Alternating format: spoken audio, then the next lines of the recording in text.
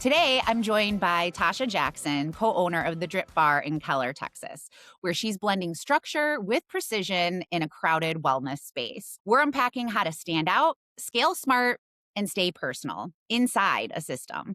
Welcome to the show, Tasha. How are you? Thank you. Thanks for having me. I'm great. Absolutely. Well, we'd love to hear a little bit more. If you could just give us an intro on the Drip Bar, what you do, an overview, we'd love to learn more. Sure. We are the Drip Bar in Keller, Texas. We're in kind of the suburbs of Fort Worth, Texas. And we're just all about kind of empowering our clients to take control of their health using modalities that exist, but have always kind of been, on the medical side, IV therapy being one of them. So we take therapies that are safe and powerful, and we allow our clients to basically utilize those therapies as they see fit, as long as it is a safe fit for them. So yeah, a very cool side of medicine, kind of, I guess, on the alternative or holistic side. But what we're really passionate about is just allowing the client to have a hand in steering the ship. So yeah, they get That's to really cool. control their own health So journey. Yeah. it sounds like definitely a partnership, and this isn't necessarily something that people would come in, potentially clients wouldn't come in for just a one-time thing. Is this kind of a recurring type of service that they would desire by coming to the Drip Bar? Yeah, no, and most people use us that way, and we've got memberships in place that really allow that to be more accessible. But absolutely, so kind of the therapies we offer primarily are IV vitamin therapy with a handful of medications via IV also. Non-opiate, like major side effect type stuff, but just things that help people kind of get ahead if they need to. And then vitamin shots, a handful of peptide therapies also, as well as ozone therapy. So kind of all of those are therapies that build on themselves. So kind of depending on the client's goal, a lot of them will come see us kind of on a regular basis. But then things like hangovers, for example, or cold flu, they might hit us just that one time that they feel like they need us. So, and that's that beauty again. They kind of get to choose how to use us. They're not trapped one way or the other. Okay, so Tasha, I understand that you and your husband are both co-owners of the Drip Bar. So I'm sure that probably presents a pretty unique dynamic for both of you and of course your team. I'm curious how both of you have been able to come together and really cultivate innovation when you're in this type of a franchise, because Drip Bar is pretty large. You're coming in where it's there's really some stability in having this franchise backing you, but how do you still create independence and innovation in a franchise model? Sure. Well, I mean, the medical space is interesting, right? We have an independent medical director that oversees our stuff here. So as much as, we use the franchise for great recipes, the knowledge base of our R&D team, those type things, we also have our local physician that can tailor things to us as he sees appropriate. So yeah, it especially medical franchising, there's always kind of that balance act because the franchise can't overstep our physician.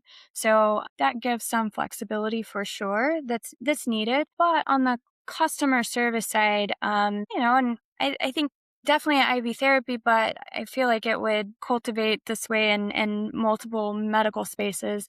There's so much trust that's needed. So people don't trust a brand, they trust people. So we definitely recognized early on that we were going to have that local flair and that human to human connection aspect to succeed, regardless of how great the franchise was. We really needed to add our own, Drip Bar Keller way too. And can you share a little bit of how you've been able to do that personalization? What are some things that you're really proud of as a co-owner, husband and wife, that you've been able to bring to the practice? Yeah.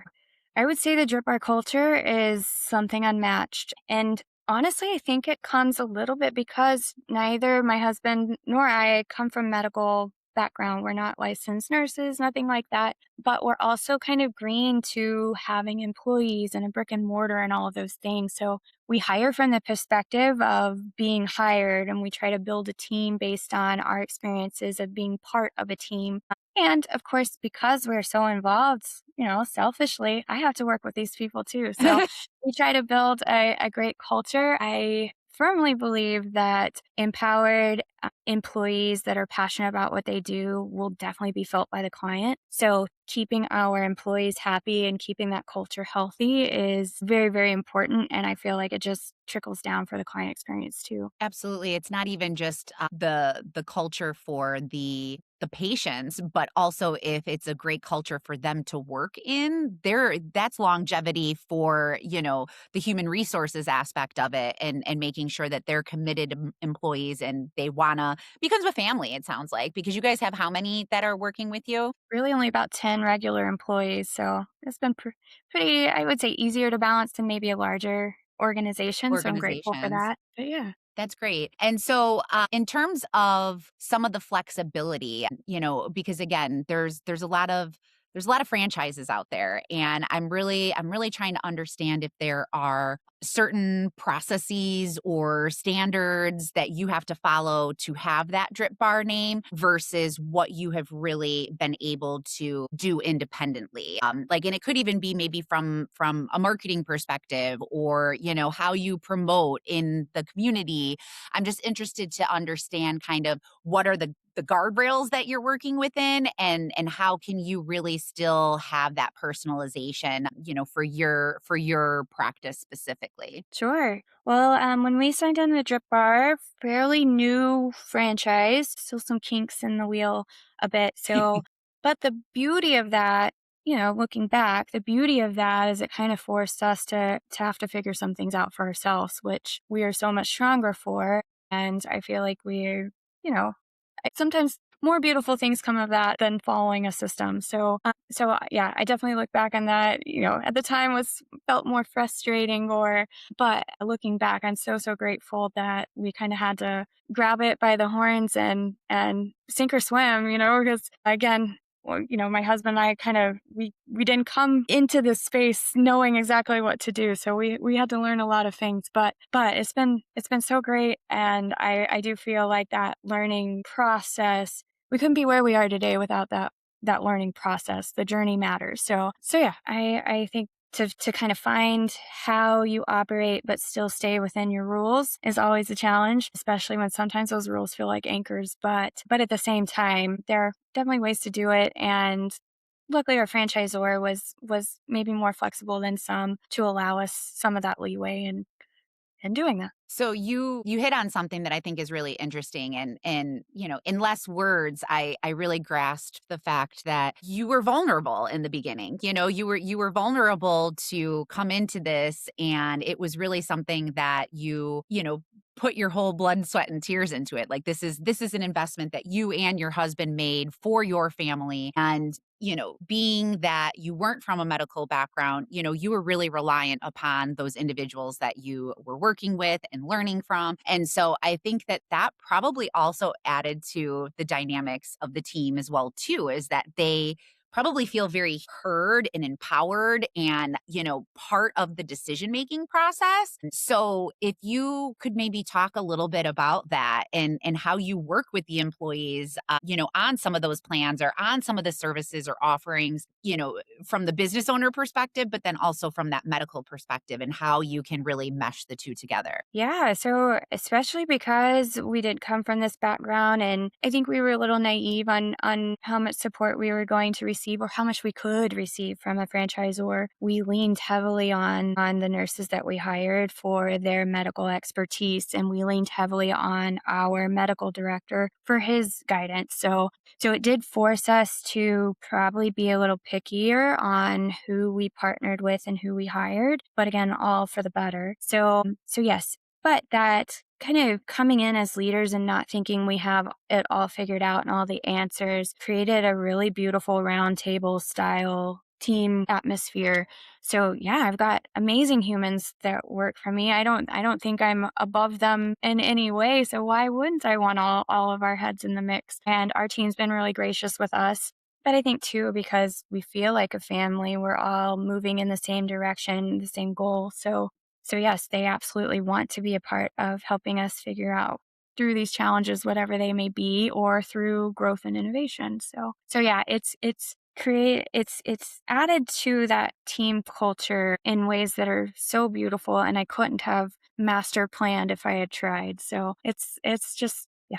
It's been awesome. Well, it sounds like you created something really, really special and, dynamic that has impacted not just you and your husband and your family, but also all the lives of those individuals that you work with as well too. Sure. So I am interested to go back to the franchise and understand, maybe from your perspective, what are some of the pros and the cons? Like what do you really like about working in a franchise environment versus what are some of the challenges that you might be faced with, this week, particularly, in the present and now. Sure. I mean, our franchise brings a beautiful aesthetic. What they kind of gave us as inspiration to, decorate our store and our logo and all of that good stuff has been very, very cool. And I was really glad to have that. Outside of that, though, I feel like the most beautiful part of being within a franchise model are actually the other owners. It's pretty rare as a business owner that you can talk to people in the same industry and then not feel like you are competition because we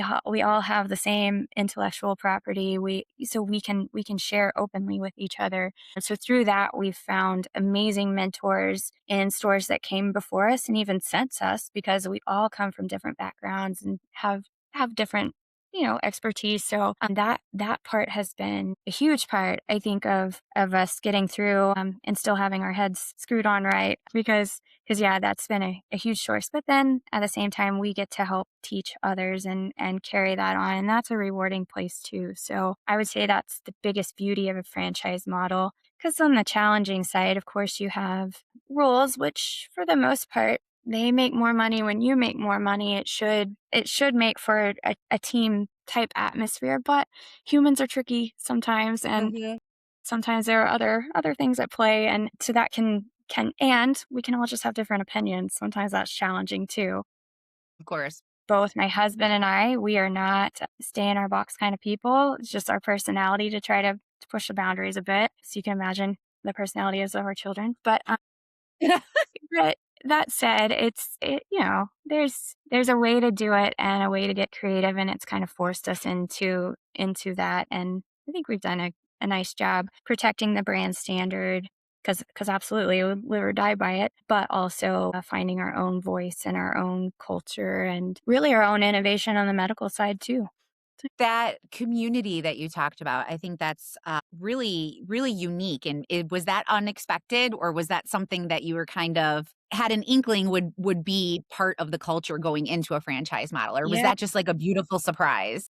that That's knows cool. exactly. And so when you said that you guys all have the same intellectual property, are you obviously your services are similar, you're offering those, but what about the technology that you guys use or the practices or procedures that you guys follow? Like, are you all using the same type of process to run the business where you guys can talk very fluently back and forth about certain, like, technical issues or snags in the road or anything like that? Or how is that structured in a franchise model? That's pretty amazing. And I wonder too if that's something that I'm sure that that's a big advantage to impart that knowledge on some of the other owners, in the Sure. community as well too, in terms of just how you've been able to approach certain challenges or, overcome obstacles through technology. And so I'm curious to understand what are some of the things that you think you've done with the business technologically that have really helped advance the growth of the Keller Drip Bar? Yeah, I would say probably the biggest piece is communication with our clients. We text back and forth with our clients a lot. We've learned that people love that convenience to just pick up and send us a text message. So I would say kind of our CRM development in keeping that communication very human to human versus like text blasts and stuff like that. Of course, that capability is there and we use it strategically, but I would say just the ability for our team to efficiently do that has been a big game changer in how we service our clients. But yeah, outside of that, just volume matters and how efficient our team can be and how much they can do in a day a lot of times depends on that technology behind it. So that's been another big piece for us is getting our charting efficient for our nursing and all of our kind of front end point of sale type stuff and even like intake paperwork because that directly affects clients. That can be a place of frustration for people, and that's oftentimes the first taste they get of you. So that was very important to us too. So transitioning a little bit, what are the things that you are doing at the Keller Drip Bar to really promote the brand and to seek new clients? How do you typically, obtain new client acquisition? And the Matt Pat, reviews, I mean, people yes, people really sure, sure. rely on the reviews, and maybe you can talk a little bit to that in terms of just how you propagate that through obviously the culture that you're creating with the patients, but is there something that prompts them to do that, or are they just organically going and reviewing you guys? It's so Working much more genuine, right? It for it's sure. it really Yeah, comes from the heart. It's yeah, I feel like sometimes with reviews, it's easy for somebody if they have a bad instance to go and complain, but for somebody to have a really positive and go back and tell everybody else about it, like that is it takes extra effort to do that, and they're going out of sure. their way to really help you and spread the good word about the services that you guys are offering. So it sounds like you guys have a lot of organic video and word of mouth referral systems that are helping build your patient base now. You did touch base a little bit on paid ads. So do you have a team that works for you then in terms of, okay, this is an allocated amount each month that you're putting toward paid ads, or is that coming up organically when they're looking? It's Got it. just Yeah, and that's what's great about building something for your own, right? It's like you get to make those decisions around, what type of systems and what type of procedures, you think are going to work best for you and the team and your clients. Just touching on that a little bit, in this age, I'm interested because your husband also is, from that IT background. What have you guys been talking about in terms of artificial intelligence and AI? Where do you think that that's going to lead us? that And do you think it's true to say that because of your husband's background, that is kind of where you have an advantage, in terms of how you're able to really construct your business because of, the technological background he has and the advances that he can really see to problem solve certain solutions that are going to work for your personal business. sure, absolutely. And I think always, like, same with like kind of what we said with that human to human aspect that you don't want to lose through texting clients and stuff like that. I think the same is true when we use AI, is we just have to be very intentional that it doesn't replace that human to human aspect, because I feel like that part's so important. So yes, kind of use his background in that, both project management, but definitely project management on the IT side, but also just our team's feedback to heavily protect that client experience and those relationships. Because yeah, I don't. It's kind of you hear a lot, AI steals creativity and AI replaces humans, and I don't think it has to be that way. I think you can use it appropriately in a way that can allow your humans to lean more into the things only humans can do, and allow technology to fill in the gap, to just kind of free up that time so they can do that. So yeah, that's kind I of couldn't agree more. how we balance Yeah, it. that's a really great way of saying it because yeah, it's a balance, right? There's always going to be things that, we as humans have limitations on because we don't know how to do potentially, technologically, but the technology itself has limitations because they don't know how to make that personal connection with individuals. And, Sure. there's many times where AI needs the support of a human, and the maintenance and optimizing, the experience for the customer takes both humans and technology. So I couldn't agree more. So as we wrap up here, just a few more topics that I think I'd like to explore. One is just your trajectory of the Drip Bar and where you guys see growth going for the company. Are there for 2026 and beyond, are there certain goals that you have set as business owners, and how are you on track to meeting those goals? I'd love to learn about some success or maybe opportunities that you guys are working through right now. Sure. On the peptide therapy side, for sure, that's been our biggest, I think, innovation growth, just because there is so much information out there. That's the beauty of a world with Google and AI and all the things. But But peptides, there's a lot to it.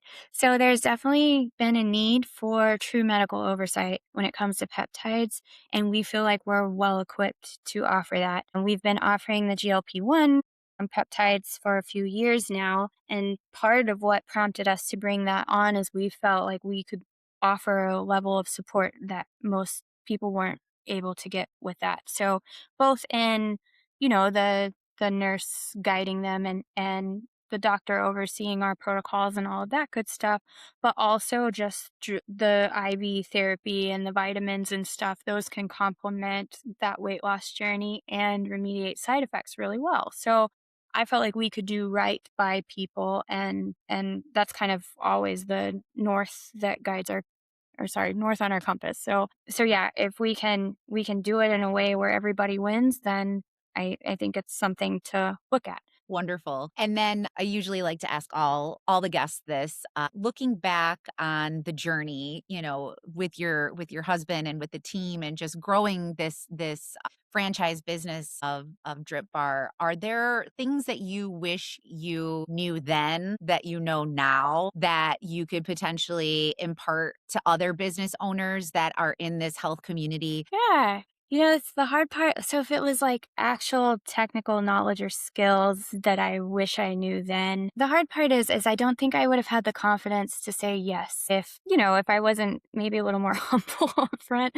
So I think if I could kind of go back and tell myself, hey, just start and know that you just have confidence in yourself to be able to work through the challenges and problems, and then just kind of create kind of that foundation that you're going to do it in a way that serves people well. And so people will continue to come see you. That's what we've been about. If we provide great service at a great value, then the rest kind of comes naturally. We can trust our clients to make good decisions for their health. So if we're providing powerful therapies in a great way at a great value, they'll come find us. So then, of course, the finding us part is always a challenge, that marketing side. Yeah, I think it's just the natural reciprocity, right? You want to put out into the world what you want to take in, so it's that Sure. cycle of I, energy and putting that positive energy out there. I couldn't agree more. I oh, sure. have really, really enjoyed our time together. Thanks again for coming on. And